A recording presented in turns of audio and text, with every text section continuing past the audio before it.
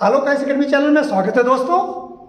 आज हम लोग परीक्षा के दिन की तैयारी कैसे करें, इस विषय पर अपने विचार और अपने सुझाव आप लोगों के लिए लेकर के उपस्थित हुए हैं। और ये आपके परीक्षा के जीवन को बदल सकता है, तो प्लीज पूरा वीडियो देखिए, चैनल सब्सक्राइब कीजिए और बेल आइकन जरूर दबाइए। बेल आइकन प्रेस करना इसलिए जरूरी है ताकि आपको नए वीडियो के नोटिफिकेशन समय से मिल सके और हम जो प्रयास कर रहे हैं वो आप तक पहुंचे और आप उसका पूरा लाभ ले सकें। बिल्कुल।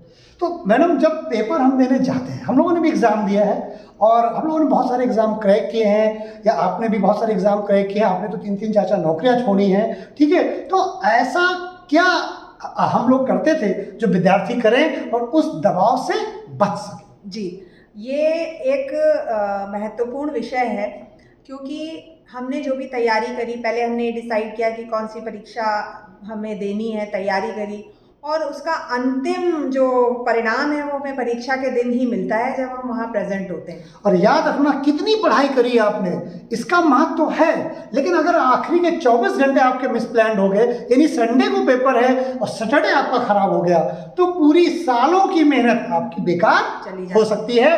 कोई डाउट नहीं है, अगर सैटरडे खराब गया तो संडे आपका बेकार जाने वाला है।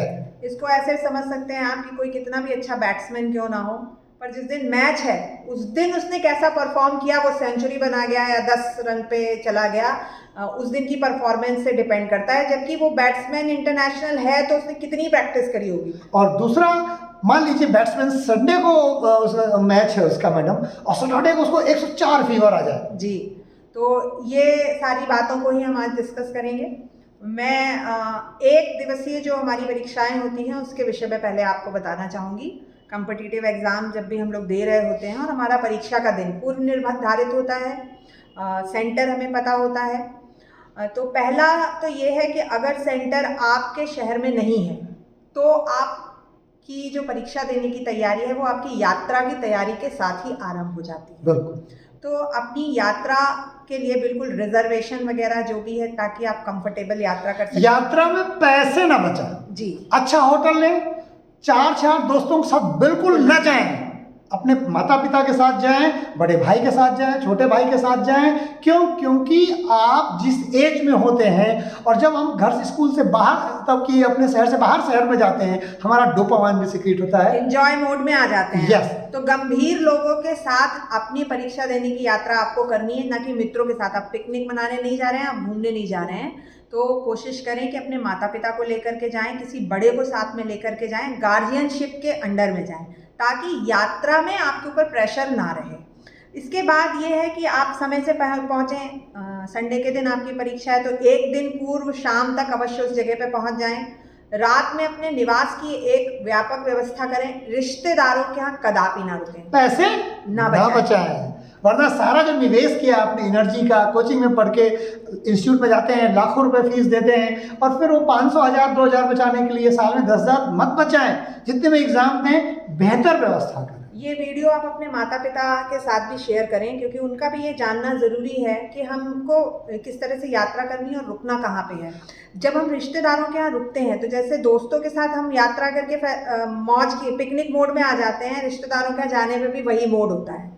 तो हमें उस मोड से बचना है और ऐसे कंफर्टेबल स्टे करना है ताकि हमारा कंसंट्रेशन अपनी पढ़ाई और परीक्षा पे बना रहे। और अगर अगस्त वाला महीना है, सितंबर वाला महीना है, जून वाला महीना है, एसी रूम लीजिए जी, you have to bear it, बर्दाश्त करिए उसको। आप मानिए कि आपका वो जो एग्जाम है, अगर आप क्रैक कर देते हैं और या नहीं क्रैक कर देते, 2 नंबर से आपका रह जाता है, तो सोचिए कितनी मेहनत आपकी बेकार चली जाएगी, ठीक है। तो एग्जाम में ये बात का बहुत ख्याल रखना है, अपने ब्रेन की कंफर्टेबिलिटी, अपने शरीर की कंफर्टेबिलिटी, गार्जियनशिप और कंफर्ट। यस, और भरपूर नींद। आप समय से पहुंच गए, आपने होटल रूम ले लिया, सामान्य भोजन करके आप जितनी जल्दी हो सके सो जाएं।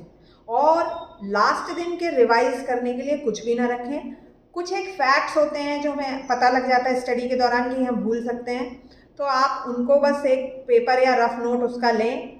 पूरी पुस्तकें भर करके झोले में ना ले जाएं। उसका बहुत वजन होता है, वो वजन बर्दाश्त नहीं, वो वजन आपके दिमाग पे चढ़ जाता है और फिर परीक्षा देते समय आप उसी वजन के साथ परीक्षा दे रहे होते हैं और फिर आपकी परफॉर्मेंस गड़बड़ा जाती है। उसमें से करंट की कुछ नोट्स आपने बना रखे हैं या करंट की कोई मैगजीन है अंडरलाइन कर रखी है आपने पन्ने पलट लिए कि वो रिकॉल कर सके, तो थोड़ा बहुत एक आधी मैगजीन या एक आधा कुछ पढ़ने।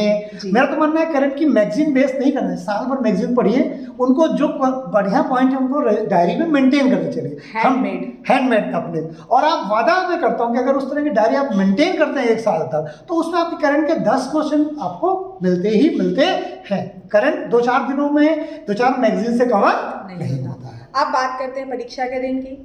आप अपना एडमिट कार्ड, उसमें फोटोग्राफ्स और जो भी डॉक्यूमेंट, आपकी स्टेशनरी आपको ले जानी है, ट्रांसपेरेंट बैग में रखिए। सिर्फ उतना ही लेकर के परीक्षा भवन में जाइए जितना कहा गया है। बाकी सारा अपने बिलोंगिंग्स और सामान होटल रूम में या जो भी सुरक्षित जगह है या आपके साथ जो गार्जियन गए उनके पास छोड़िए। अपने साथ अगर अलाउड है तो एक वाटर बॉटल और ग्लूकोज बिस्किट जरूर रखें। और वो एक क्या होता है पैड होता है राइटिंग, उसको जरूर लेके राइटिंग पैड भी अगर आप ट्रांसपेरेंट लेकर के जाते हैं जी तो अलाउ होता है आपको अपने साथ में रखना, तो आप उसे ले जा सकते हैं या अनुमति ले सकते हैं उसके लिए। बिल्कुल। तो इस तरह से जब आप चीज़ों को प्लान करते हैं तो आप उसको बेहतर तरीके से एग्ज़ाम को एग्जीक्यूट कर सकते हैं, एग्ज़ाम को क्रैक कर सकते हैं। और दूसरी बात यह है कि जब आप एग्ज़ाम दे रहे हो तो आपको जो 2 घंटा है वो बहुत इंपॉर्टेंट है। पूरा कंसंट्रेट होइए उसमें। विदाउट कंसंट्रेट अगर आपने एग्ज़ाम दिया तो आप ये मान के चलिए कि गड़बड़ हो जाएगा। दूसरा, डरिए मत, डरना मना है, जो डर गया समझो मर गया। तो परीक्षा के समय से अपने परीक्षा स्थल पर पहुँचें, अपना स्थान ग्रहण करें, दिमाग को शांत रखें और परीक्षा के विषय में उस समय आपको कुछ भी नहीं सोचना है। कूल माइंड जिसको कहते हैं, आप जितना कूल रह सकते हैं उतना रहिए। आपके हाथ जो भी परीक्षा की फॉर्मेलिटीज़ हैं वो शांतिपूर्वक ध्यान से कंसंट्रेट होकर के। मैं गलती कर चुका हूँ एक बार मैम, आप समझ लीजिए कि जो आप भरना है कॉपी, उसमें जो आपको अपनी इंफॉर्मेशन भरनी, बहुत बार गलती करते हैं। और वो ठीक है, वाइटल लगा के प्रॉब्लम सॉल्व हो जाती है, लेकिन हमारा कॉन्फिडेंस कमजोर हो जाता है कि कहीं ये कॉपी चेक ना हुई तो मैं एक अपना एग्जाम मिस कर चुका हूँ मेंस का, इस एक गलती की वजह से। तो प्लीज़ आप आराम से भरिए। इंफॉर्मेशन आपको नहीं समझ में आ रही है तो जो एग्जाम हॉल में एग्जामिनर हैं आप उनसे बात करिए। दूसरा, जब क्वेश्चन आप कर रहे हो तो जो पहला आंसर आपको लगे सही है आप उसे ही टिक करेंगे, दूसरा कोई आंसर नहीं छूएंगे। जी, ये मनोवैज्ञानिक तथ्य है कि अगर आपने पढ़ाई की है और आप किसी क्वेश्चन को पढ़ते हैं फिर उसके ऑप्शंस को पढ़ते हैं तो जो सबसे पहले आपको स्ट्राइक करता है वही सही आंसर होता है। फिर वो मानवीय प्रवृत्ति आ जाती है कि देखें सही है कि नहीं और हम दूसरे पे कंफ्यूज होने लगते हैं। तो अगर प्रश्न आपका पढ़ा हुआ है तो अपनी इंस्टिंक्ट को फॉलो करिए। फर्स्ट आंसर जो आपको करेक्ट लग रहा है 99% वही सही होता है। और दूसरा, बगल वाले को मत सोचो कि वो वाला दूसरा क्या भर रहा है, वो भी तो बेवकूफ हो सकता है ना, वो गलत भर रहा हो। बिल्कुल। तो सबसे ज्यादा अपने आप को उस कमरे में इंटेलिजेंट मानिए जी। और कोई डाउट हो तो ही दूसरे पर भरोसा करें, जो आपको क्वेश्चन कोई आता ही ना हो। जो क्वेश्चन आपको आता हो और दूसरे ने कोई आंसर लगाया है उस पर बिल्कुल भरोसा नहीं करना। यहाँ पे आपको अंधे होना है। जो प्रश्न आपको आ रहे हैं आप देखिए ही मत कि दूसरा कोई उसके विषय में क्या कर रहा है, और बिल्कुल किसी की कॉपी में मत झांकिए, उससे कोई लाभ नहीं होता है। प्रतियोगी परीक्षाओं में किसी भी तरह की सहायता आपको नहीं मिलती, बल्कि सारी चीज़ें निगेटिव हो जाती हैं। अपने ऊपर भरोसा रखिए। जो प्रश्न आपको बिल्कुल नहीं आते हैं उनके ऑप्शंस भरने का भी एक तरीका है।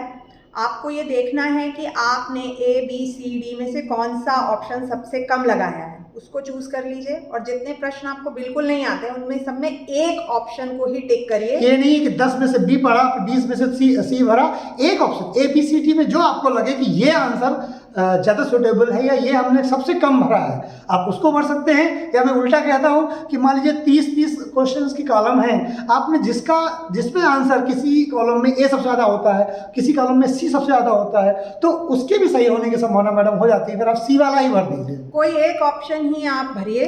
और जो मेरा अनुभव है उसमें ज़्यादातर B और C ऑप्शन की संभावना ज़्यादा होते हैं। एक नया मनोवैज्ञानिक तथ्य ऑब्जेक्टिव परीक्षा को लेकर के सामने आया है कि जब हम प्रश्न पढ़ते हैं, ऑप्शन पढ़ते हैं, तो हम C ऑप्शन पे रुकते हैं। तो C ऑप्शन पे मनोवैज्ञानिक दबाव की वजह से मत रुकिए, बल्कि फोकस्ड रहिए अपने ऑप्शन को पढ़ते समय कि कौन सा संभावित सही उत्तर हो। क्योंकि अब ये जो C ऑप्शन के वीडियोस चल रहे हैं वो YouTube जो बनाने वाले पेपर वो भी जान रहे हैं, तो वो कहो C रख रहे हैं ना, तो आप क्या करोगे फिर बताओ? तो आगामी परीक्षाओं में ऑप्शन सी की संभावना कम हो रही है, इसको विशेष ध्यान दें। रखना।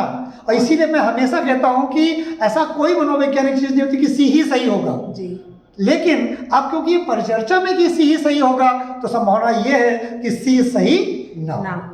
तो आशा है कि हमारी बातें आपको समझ में आ रही होंगी। और इसी क्रम में फिर आगे और भी वीडियो आपको लेके आएंगे। आज अभी हमने केवल एग्जाम हाल तक चीजों को समझाया है, इसके आगे की कड़ी फिर हम लोग। एक अंतिम बात जी, एग्जाम हॉल से निकलने के बाद आपको बहुत सारे लोग डिप्रेसिंग, अरे पेपर बहुत सरल था, अरे ऐसा, अरे वैसा, don't follow those people. Paper कभी सरल नहीं आता, पेपर कठिन ही आता है। पेपर का उद्देश्य ही है कि वो मैक्सिमम लोगों को डिस्क्वालीफाई करें और केवल अच्छे लोगों को सेलेक्ट करें।